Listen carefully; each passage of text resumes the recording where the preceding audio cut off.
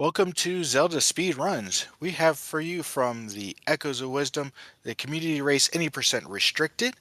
I'm going to pass it over to our commentator for this race, the. Take it away.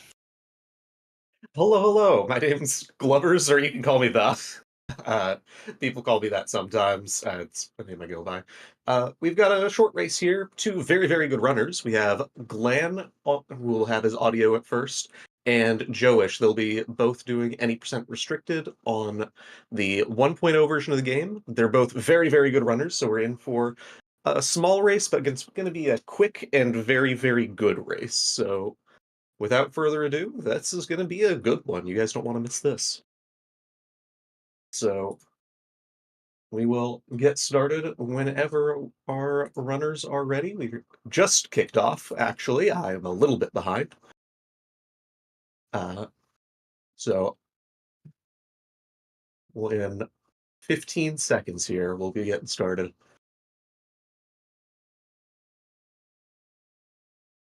So yeah, any percent restricted is an interesting category. Echoes itself is the newest Zelda game, and we already have a restricted category, and we're off. So, like I said, Echoes is an interesting game. The main draw of it, we were going to play as Zelda as the majority of the game, but this first little bit, we're going to be playing as Link, and it's just kind of this intro sequence, which is really nice for being able to talk about the game. So, the game came out maybe 4 or 5 months ago, and we have already got this restricted category. The main thing that we're going to be restricting is for the sake of the community, just for the sake of, not just fun of running the game, but also of the interest in, like, being able to not have random stuff happen all the time. We came up with banning. We have two kinds of tech in this, two kinds of wrong warps that are predominant here. And, in Restricted, we ban one that is fundamentally RNG to the point that we actually call it random wrong warping. But we will be doing what is called an index wrong warp, and I'll talk more about that when we actually get there. It's pretty simple with a visual explanation. But in this intro sequence, we have a relatively extended sequence here. We're going to have both of these runners doing interesting movement, just kind of jumping around, killing some Dark Nuts, making their way over to the end of the first sequence as Link here.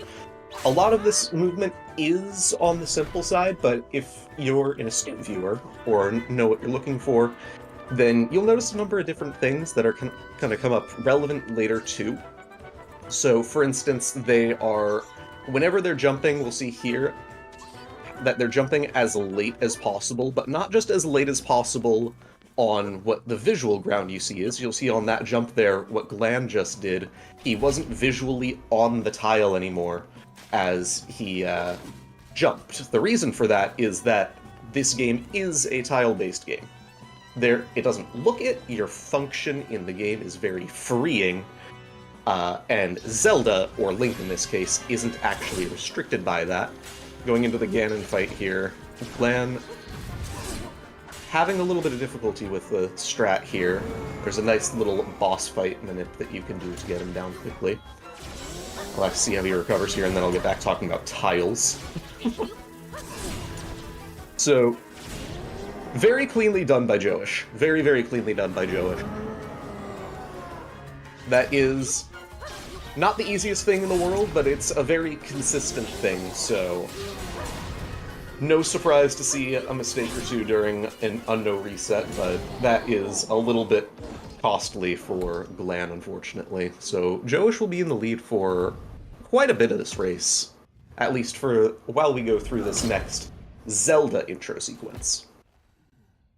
So getting back to that a little bit, because the tile stuff is a little bit in-depth.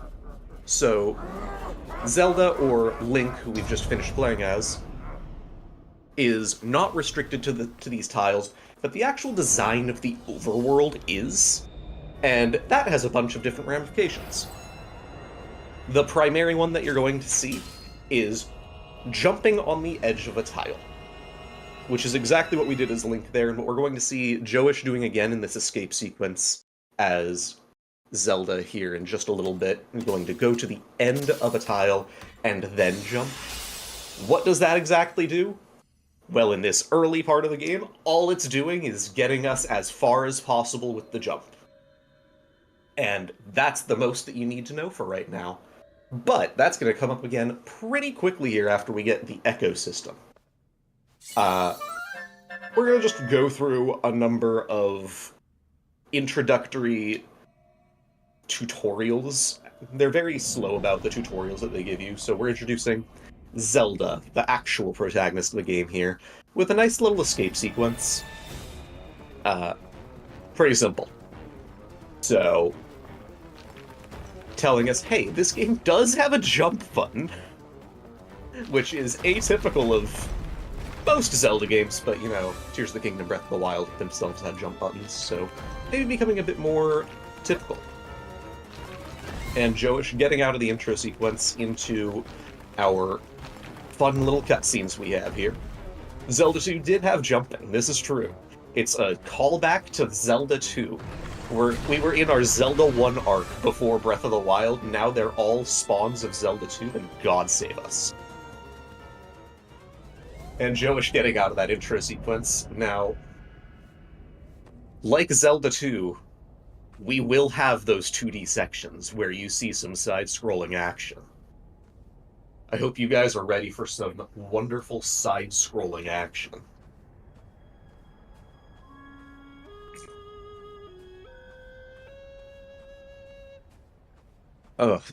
But as this game is a Zelda game on the Nintendo Switch, we do have a title card panning over the entire world there. Look at that. The Legend of Zelda Echoes of Wisdom.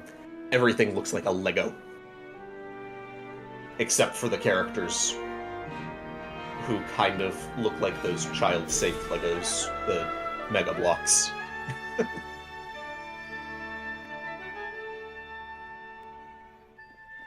So in this part of the game, I kind of rushed through with a general overview of the game. We're going to get to more stuff as we actually come across it, you know, where it's a bit more natural, now that the foundation is laid. But this part of the game, we've just got a lot of cutscenes for a little while. So I'm kind of just going to talk about how goofy that is, and how goofy the game is a little bit. The big Zelda doesn't look like a Lego. You could probably make a Lego that looks like that. Just saying, I haven't seen Legos in a while. So, this is actually something that is a little bit of a point of contention in the community. I'm not going to harp on it too much.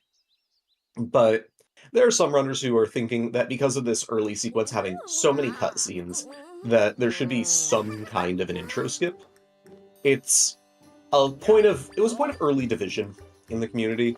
So what we have here is a lot of watching a cutscene into an amount of good gameplay into watching a cutscene, wash, rinse, repeat. And a lot of the reason that we don't have that just allowed outright for runs is because there's gameplay in between basically every cutscene. There's even a boss fight, right? But the cutscene that Joish just entered, which is called the King cutscene, is quite a lengthy cutscene here.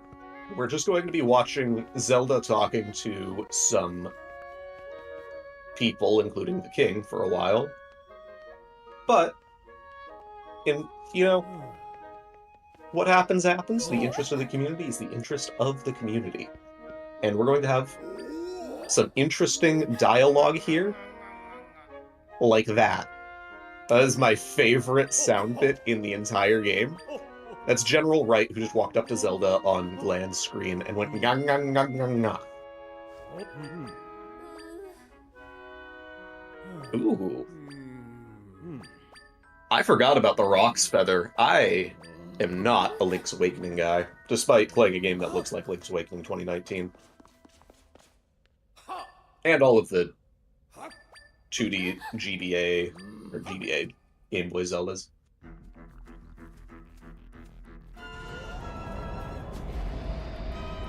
But that is true, I guess. Skyward Sword has a front hop button. If you hold target, a direction, and do the A button, that is a front hop. It's very different than a jump button. but some people will make that argument, and I love that. Okay, so let's talk about the actual lore for a second, because now I have enough time to do that, and not all the time in the world. So basically, they're setting the stage for the game right now. In terms of the actual world, you know, we played as Link for a little bit. Link got eaten by this rift. Oh no! We take control of Zelda, the actual protagonist of the game, and now she's making her way back to the castle to tell the king about this and tell him what's going on. Oh no, he gets eaten too. What are these purple rifts doing? And that's going to be a lot of the game if you play it casually, is we need to get rid of these purple rifts. What are these purple rifts doing for the first about half of the game? As I mentioned earlier, we have some wrong warping in Echoes of Wisdom. The runners are going to be done with this in like 35, 40 minutes. So we're not really going to see any of that plot progression, but know that here the king was eaten by the rift and a fake king was taken out. Now Joish is sitting in an 11-second sequence where he can literally do nothing but move the character. It's wonderful. Because Zelda was arrested for being the cause of these rifts. And this is going to lead into not just what Joish is just now entering, which is where we meet our companion, Tri, but also into generally the first half of the plot of the game, where you are not... Like, Zelda is staying in disguise. She is an outlaw, a criminal. Criminal princess, outlaw princess. That is some 3-year-old's dream. But this is Tri. Who is Tri? Tri is this onion fairy that doesn't look anything like the Pokemon onion fairy, that is very interesting at first, and just generally has like interesting speech patterns. Tri is,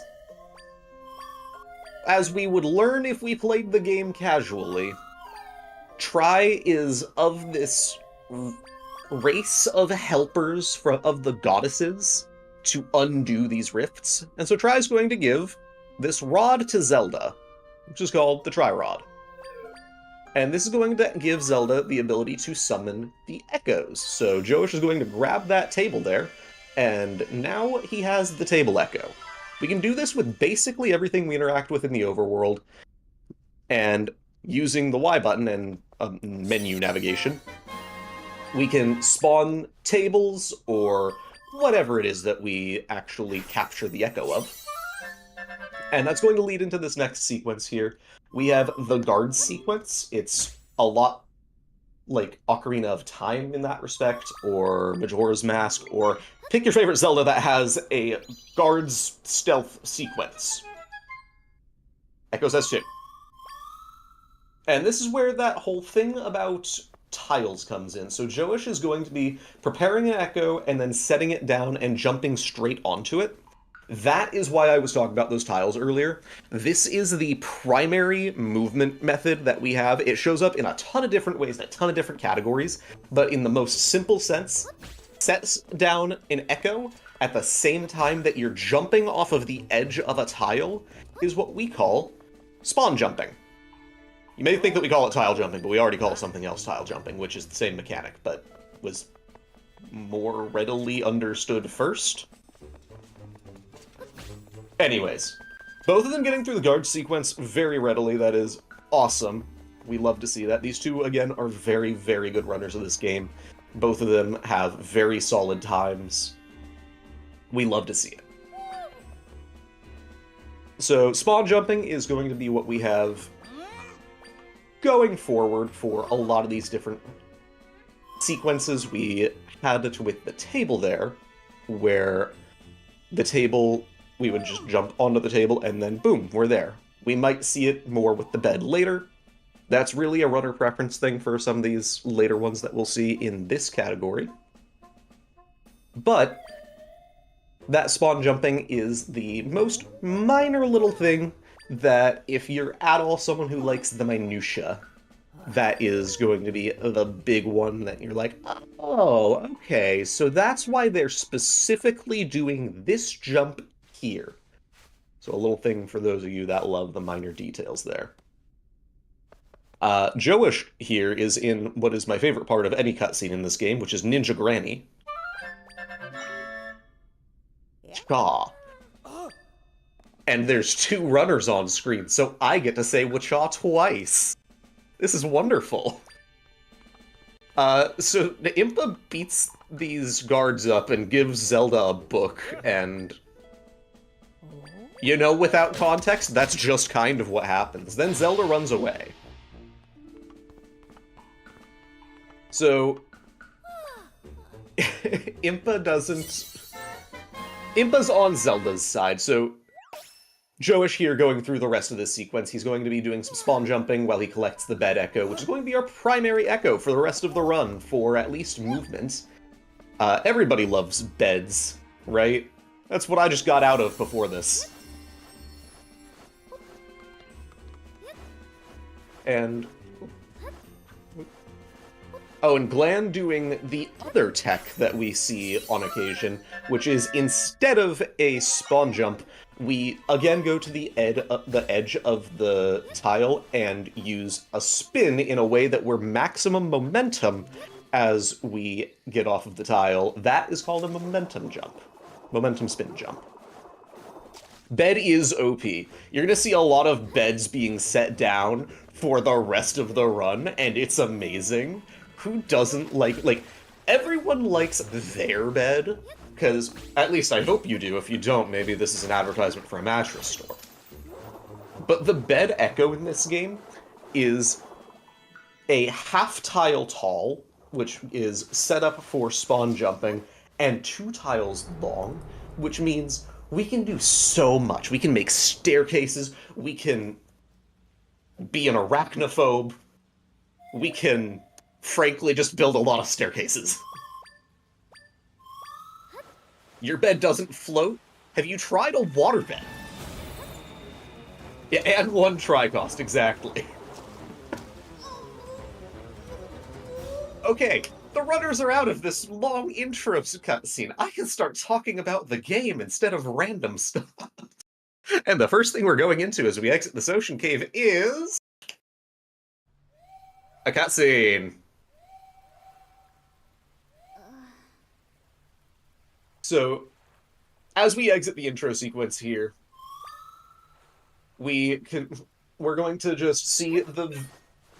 I don't know, it's like the end of the intro sequence, and now we're in, like, the tutorial of the not intro. Zelda looks like she's gonna beat the crap out of the Zal with the rod there, because she hasn't quite figured out what to do with it yet. Here's the first bed staircase from Joish. So Joish is not going to learn the rock echo, but is going to learn this sea urchin echo, which is going to actually only be used 1 time. 2 times in the same spot. We're going to use 2 of them. This is true. And here's that first 2D sequence in the beach cave, where we just kind of run through, because guess what? This is still an early sequence of the game. There's not really much other than going through. Seagull. Alright, so we're gonna see... oh, Joish is doing a small bed staircase there.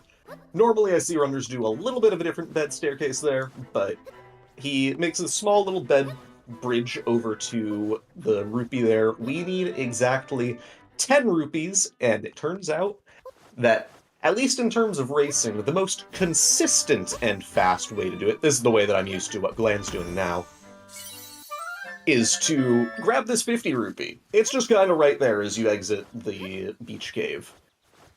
Joish is required to grab that waypoint, going to make beds up onto trees and look casually out of bounds here. It's not actually out of bounds. The game expects you to do this, but as far as the average viewer is concerned, wow, we're casually out of bounds by building beds! We love beds. Who doesn't love beds? This is the true power of beds. So is sleeping. Get good sleep. I only slept like 5 hours. It's fine. Well, we're still going to be going through as Try shows us just different things. Joish ignoring the Sign Echo. We'll see if he gets one a little bit later. If he doesn't, that means that we're going to see some fun, high-level tech later. And I don't actually think he's going to get it if he didn't get that one. But I think there's one more that he can grab. And we'll see if Glan opts for the consistency or... Nope, they're both going to be skipping the Sign Echo. Okay. I like that. I like that. As someone who also skips the Sign Echo in this category, I like that a lot. That's going to be fun. Yeah, sign skip.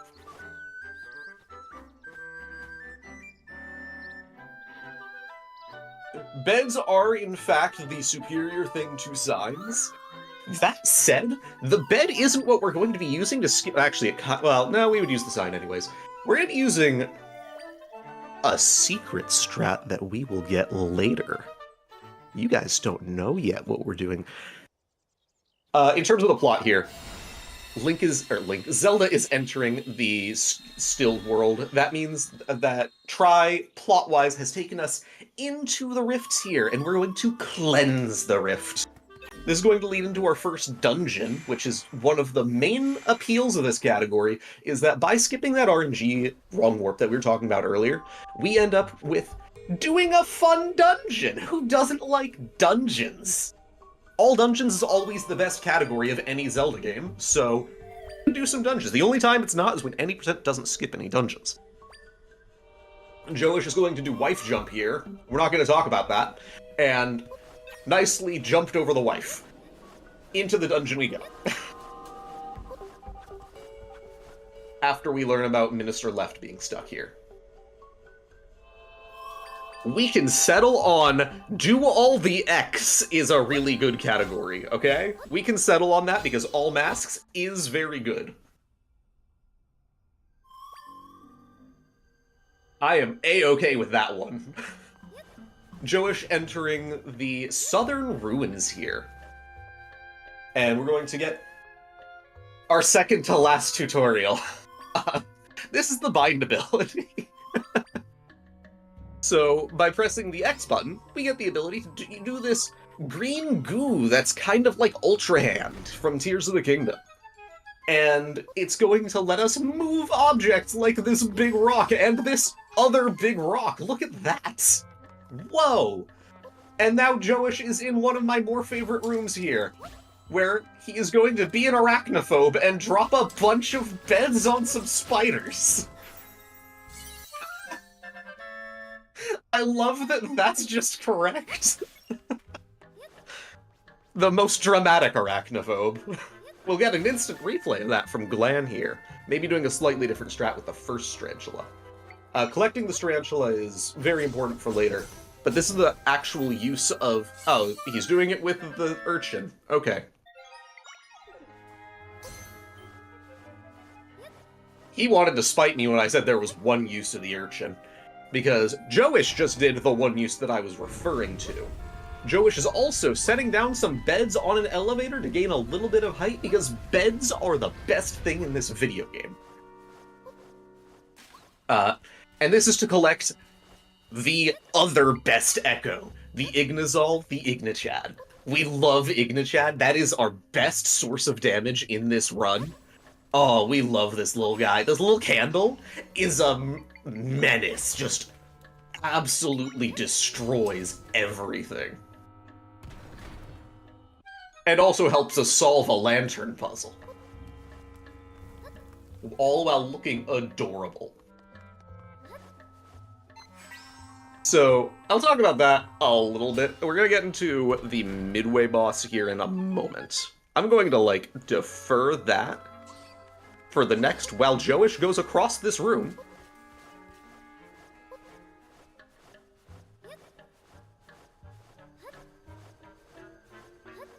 Alright, so, while we're in this fight, originally we would use the Dark Nut when the game first came out, because we were like, Dark Nuts are strong.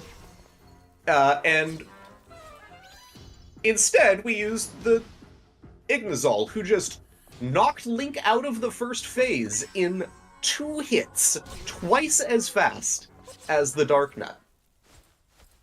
What's that about?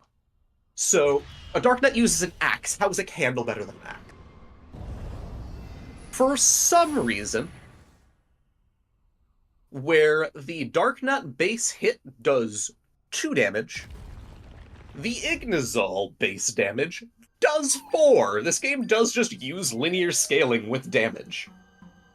Uh, and it's not just like, oh, well, it hits it with 2 and then does some lingering fire damage, which is kind of how that fight works with the strat that those 2 runners both did. But more of, you just kind of deal that damage outright for some reason.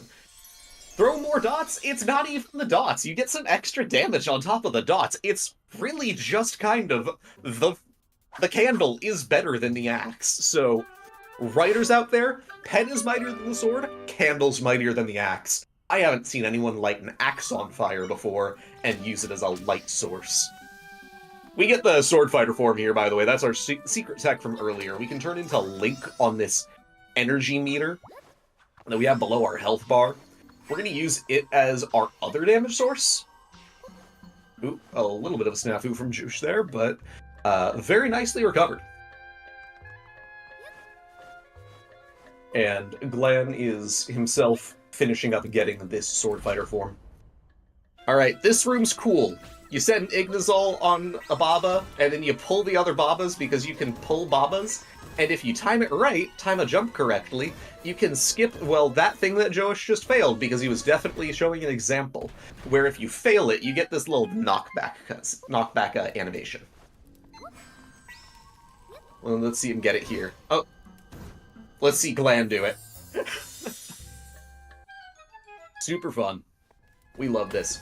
The fire damage is itself important. For instance, that is how the Babas die here. If you saw that on Glenn's screen just now at the very bottom, the Baba just died to the lingering fire damage rather than the actual Ignazol attacking it. And we'll see what kind of strats the Joash goes for here, but this is going to be one of the most interesting rooms here. There is a fun little strat called Stratty McStratface, named by yours truly, that is the optimal strat for this room, but it's a little unsafe for a race to the point that people were confused that I went for it 2 weeks ago. We'll see what Joash does here.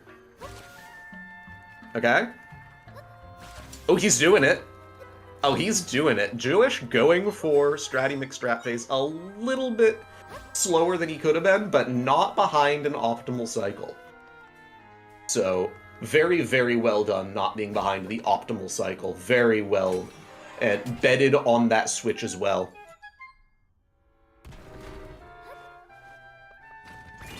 Getting the boss key here.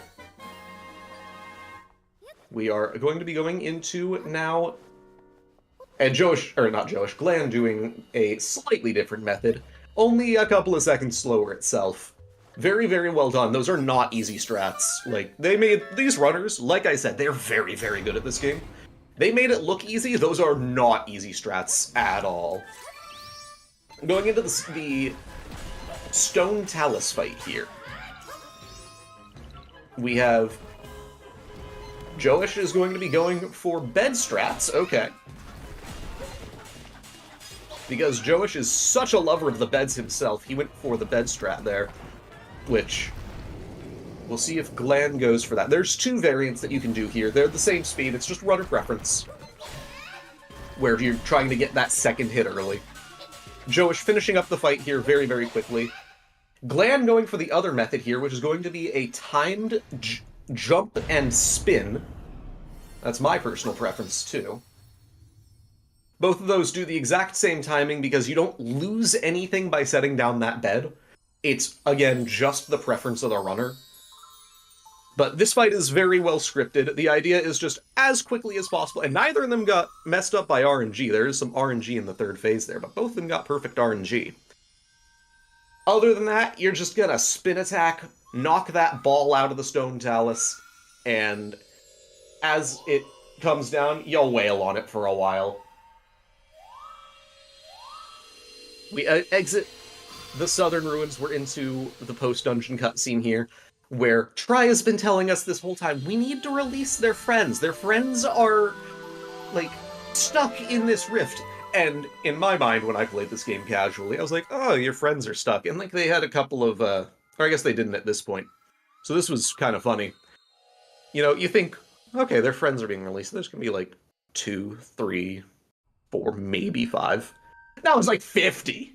Because Nintendo's like, what can we do with the Switch's power? We know what the Switch does these days. The console's on the way out. We're just gonna throw a bunch of stuff down. So we have like 50 of these little Tri-friends, and that one forgot to put down its, that one tree. Tri is very popular. You know, group cohesion tends to break at about 50.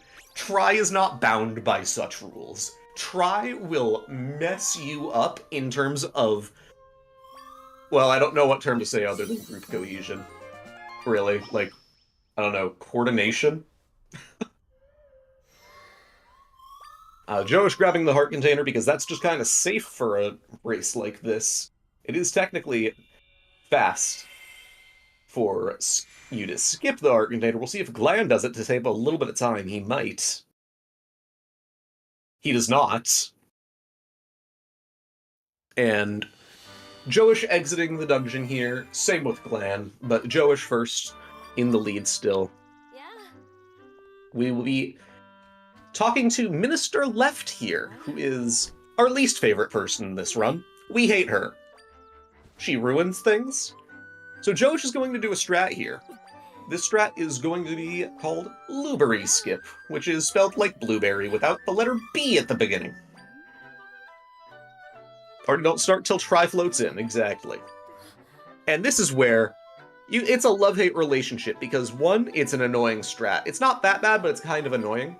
But two, beds. I hope you guys like beds. Look at this. We're going to see like 20 beds. It's amazing. 4, 5. Joish has to now reload because the strat's annoying. We're going to start counting the beds now with Glan, who has now taken the lead because, again, that strat is kind of annoying. Not that bad, but kind of annoying. We're playing the floor is lava here. And Joish, unfortunately, touched the lava and had to reload. 3, 4, 5, 6, 7. A mistake 1. But 8, 9, 10. We set down 10 beds. Look at that. So by not updating our respawn position by doing the game The Floor is Lava, we can get ourselves out of this tutorial, or not tutorial, this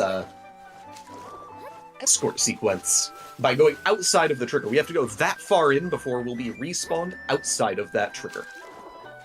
Now, Glan is in a glitched state of the overworld. That itself isn't a glitch, but the resulting state of the overworld absolutely is. And one of the side effects is because we were in that sequence where the game really, really doesn't want us to get out of it, they said, you know, let's just be safe here and disable warping. You can warp in this game, by the way. You've seen it a couple of times, but not any activated by us. But what we have to do is we have to ourselves re-enable warping, and what we can do is we can go over to this guy, Acorn Man. This is why we needed 10 rupees. We're gonna play a minigame. Alright, are you guys ready for the fastest Acorn minigame you've ever seen? This is the unrestricted category of the Acorn minigame. Unrestricted, meaning you don't have to collect any acorns. Very well done, Glan. So we do that just to get our warping back. Now, what Glan's going to do is he's going to go over and activate this specific warp point. This warp point is... it's like West Hyrule Field is, I think, the name of it. Just call it the end of game warp, because that's what we use to warp to the end of the game. And now we're going to see the one major glitch that we're going to do in this run. Let's see. Okay, so what Glan is doing here is he's trying to... there we go. Open the menu as he gets in the sword fighter transition, which delays a void out. Then in the window between the end of the like little animation cutscene And the actual start of the void out, you have a small frame window, about 2 frames, 60 FPS by the way, where you can open up a menu, and if you open up a menu, this was patched on the most recent version of the game, this is why we play on 1.0 also. You do that, you can persist it open and have what's called a fake menu open. We call it menu storage. If the menus that we have open are first the echo menu, then we open up a real map over it, and then open a fake map over that, we can associate our warp index point with on the overworld with the warp of the stilled world. And so by doing that, by selecting that warp point that we just got, the West Hyrule Field one, that sends us into the end of the game here. We're now in Null's body, the final dungeon of the game. And that is the major broken strat in this game. There's a reason they patched it. Kind of unfortunate, because you really can't do that by accident. That is very particular. But now we're going to see Glan doing... this strat is called Lionel Skip, but it's really just a fight skip.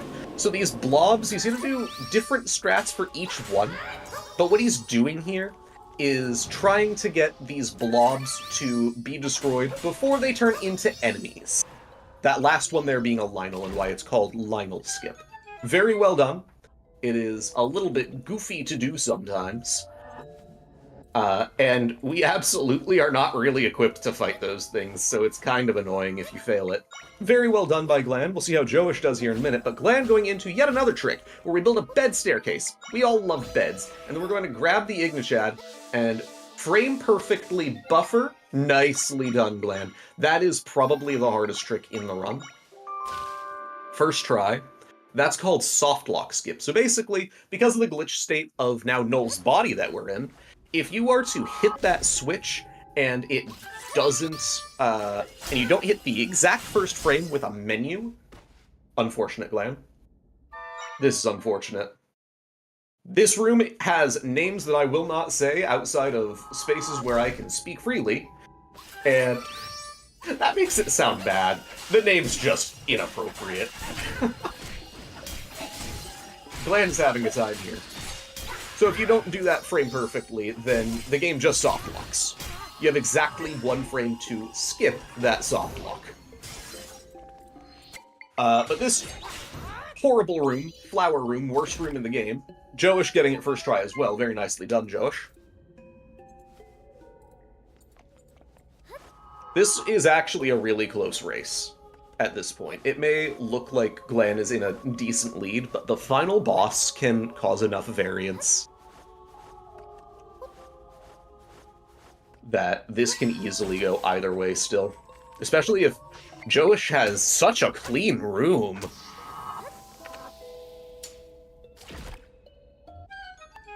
I say before the Freezered is being a Freezered. We like the Freezered. Yeah, he's gonna get stun locked like this, Joish. There we go. Call it the Super Silly Room of Fun and Whimsy. That we do. Joish getting through one of the most interesting Super Silly Rooms of Fun and Whimsy that I've seen in a while. Both the runners getting messed up in the Super Silly Room of Fun and Whimsy. But after that, we're now going into the final boss. Glan is going into the final boss after he jumps down into this pit. That's why you heard like a heartbeat. I don't know why. Maybe we're in like Null's ventricle. I don't know. Alright. Null. Null is a super complicated boss, so I'm going to be talking a lot, like I wasn't already. So, the main thing that we're going to be doing in Phase 1 and in the later phases is we're going to be pulling these arms out. This is going to be the fastest way to do damage. If we pull them so they're taut, which visually means that they're that more white color, white-purple there, that you'll be able to spin and Link will break them with a spin attack. Or really just a high damaging attack. He can do it with a jump attack too. It's a little bit weird. But by doing that, we're going to bypass the... It's a casual mechanic, but it bypasses the high damage that it would take to just rip them off by damaging. They have hundreds of health, and we don't want to be here for a while. But we can instead just zap, and the thing that's super nice is that While that they themselves have high health totals, Null also has a high health total, has the highest health total in Phase 1, actually. But by ripping them out, we're actually cleaving damage to Null. And Phase 1, that's all that we're doing. We're going to go into these sub-phases where you have the arms on the wall like Glan's in right now, and we just deal with the arms as they come by. We're going to be binding, we're going to be destroying, and as we get out of it, we get Null back in the room, grab the hands that are on the body, which is really confusing because the dungeon is called Null's body. Sub-body? I don't know. But yeah, that's pretty much what you do for Phase 1, and then a little bit of an optimization here. Glan will use the last little bit of the Sword Fighter form energy that he has to speed up the final bit of Phase 1, because it has the most health, like I mentioned before. Phase 2. Phase 2 is the most complicated part of this. Okay, I hope you guys are ready for this. It's the 2D underwater section. It's not complicated at all. Glan is not even going to be damaging Null until, like, the very end of this. This is an auto-scroller. So, I don't know if this is how it works in terms of the game's code, but what I like to say is you'll see Null getting hurt every so often, like right here. Hey, I timed it right. And in my mind, what's happening is that Null's panicking and like, oh, people can't breathe. And then there's like these bubbles that you can collect and get your air back. But Null's like, oh no, I can't breathe underwater either. And is just drowning. And then at the very end, Null's like, screw this, putting you back in a room, we're trying something harder. We get into Phase 3, the final phase of the fight. This is where things get even more complicated. So now we have these tri-arms, and not only are we going to try to get rid of these tri-arms as quickly as possible, because the tri-arms will summon boss fights from all the bosses that we fought here in the Stone Talus, and other ones that we didn't. But we also want to kill the arms in a very specific way, because ideally what we do here is the order of that you destroy the arms in both sets of sub-phases. We'll have an arm phase, or a wall arm phase again, is what influences the coming phase, right? So, because Glan killed them in a specific order, he knows exactly where these arms are coming, and he's setting those urchins down so that the spawn points of these dark nuts doesn't mess with him.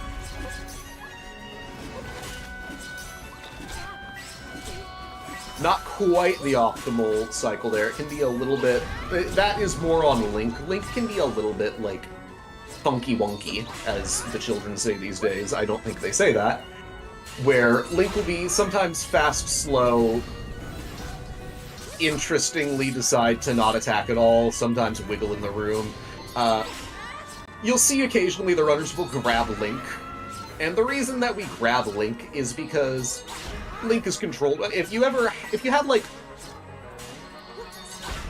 have younger siblings and you had to play that game, like right here, had to play a game with them while they were like 3 years old, 4 years old, like, I want to play. Link is that. Except we can grab him, so we can say, no, Link, hit this. Link is not the greatest person at video games, unfortunately. We do not judge people for being bad at video games, but as he is not a people, he is an AI, we will absolutely judge Link. And Glan doing the Urchin variant of the strat, this is what any percent unrestricted does. I'm interested to see if he, like, found that to be faster or just more consistent for him. Because a lot of, in restricted, you'll see, you have, like, Joish using Ignichad and doing a bunch of different stuff, and Joish is doing his own version of the manip where he will still know where these are coming from. It's just a runner preference and knowing where things are. Oh. Glan having a little bit of difficulty here. This is unfortunately going to mean yet another fight. And, ooh, the 3... Okay, he has 4 hearts, this is fine. And Joish here. If Joish is in the same sub-phase, that is Joish's win, maybe. Nope. Nope, Joish is a phase behind. Alright, so Glan is finishing up the fight here. This is going to be the end of the run for Glan. Get ready for your GGs. A very, very solid run from Glan. Is that a PB? No, that's not a PB. This takes too long. He's going to be pulling here. Very, very solid run from Glan. As the Triforce comes out, GG. 43-43. That is under 5 seconds off of his PB. That is an insane time, especially considering what had happened at the beginning of the run. He lost, like, 9 seconds, something like that, to just the Ganon fight. But GG's to Glam. If you are interested in an interview, go ahead and pop on in. I would love to talk to you while Joish finishes up and has fun with Mogriff. Mogriff plus Goma. Arguably the worst boss fight. That is unfortunate. Oh, no. Oh, ooh. That was almost really bad. So what could happen there is if Link had destroyed that Tri-Arm while the boss fight's being summoned, Null would be in the room with Link, with Link, with the boss fight, and just create havoc, because with the Scorchills specifically, we want to play avoid them, and like stand still in the same spot. And then Null does the opposite. He just tries to hit us with a homing attack. So they're the exact opposite things. Joish, though, getting through the annoying boss fights, like the Goma fight and all of that, and wow. Very good run. Very, very solid run from Joish, too. A low 45 is nothing to scoff at. And GG. Oh, very, very cool. Hello, Glam. Hi. How bittersweet are you? I don't know. I'm kind of just dead inside. Fair enough. I am also similarly feeling, just because I woke up like 50 minutes ago. Yeah. Ugh. GG. Under 5 seconds off your PB is insane. You did amazingly. At least in the second half of the run. Yeah. I see that 16 escape. Like, we don't talk about that. No, we don't talk about that. That's the kind of consistency that's amazing to see, though. That is a really good Southern time, a 9:13 Southern. Like, yeah. Wow. You are absolutely due for a PB, which means I'm due for a PB because I can't be bopped. Yeah, I think I'm going for a 42 at this point. That's totally fair. I would do the same if I were actively grinding the category. Hello, Joish. GG on your run. How are you doing? I'm doing good. Feeling pretty good. Okay, I felt really good about everything until Blueberry Skip. My Southern was a 29:49. That was a good Southern. Yeah, so I'm pretty happy about that. GG's, Glenn. That was a very close race. So not only did you both gold Southern, I know you both split the same in Southern. I didn't talk about this because I was talking about other things, but you both golded Southern and got specifically a 9:13 Southern. Oh, nice. That's awesome. Josh, you still need to hit finish in race time. I sure do. Thank you. Oh my goodness, 47:49. Oh, nice. GG on the 47. Oh, man. That was a really good second half to the race from both of you, except for Blueberry Skip. Yeah. Yeah, for sure. Yeah, I'm pretty happy with how that all went. Yeah. Despite Blueberry Skip. That was not the greatest thing to have happen, but hey, you guys put on an amazing show. This was fun to talk about.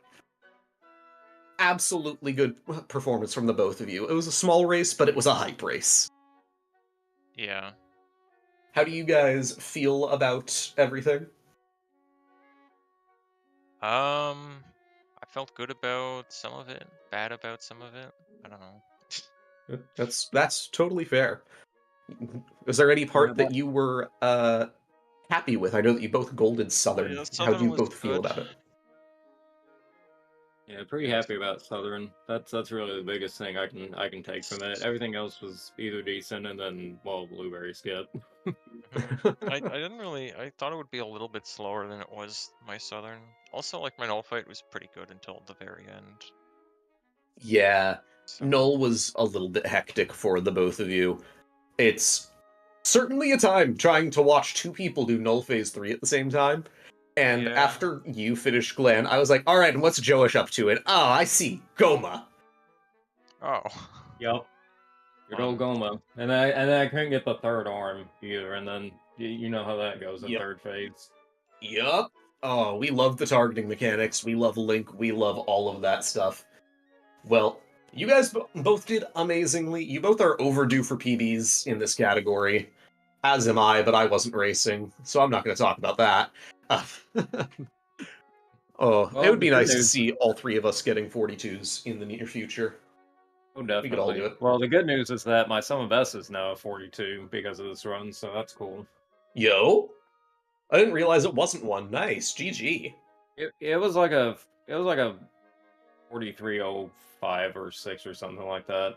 But I mean, to be fair, I haven't ran this category as Mine. much as you have. I've mainly been an all dungeons addict. Mine should be 42 3x now. Oh, I think that's where nice. mine sits as Oh. well. Well, yeah, you guys did amazingly. Unless you guys have anything else to talk about, we are perfectly good to wrap up in my mind. Good. GG's, Glenn. That was a fun race. GG's. Yep. Everybody go follow Glenn. Glenn is amazing. Plays this game, plays a bunch of different Zelda games. Awesome person. Was on the couch at AGDQ 2025 for a runner who is unnamed and definitely not me. Joish is also amazing. I've known this guy for a lot of years. He runs this game. He runs Wind Waker HD, and he's been doing a lot of like Zelda dev stuff, which is just super, super cool. If you guys are interested in Zelda speedrunning, just go follow the both of them. They are amazing. Well, that is all that I have to say.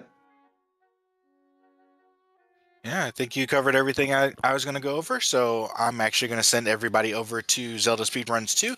They're about to do a Ocarina of Time randomizer tournament race over there. So go on and check that out. And of course, we'll try to get more from Echoes of Wisdom when they come online. So thank you for watching, everybody, and we will see you next time.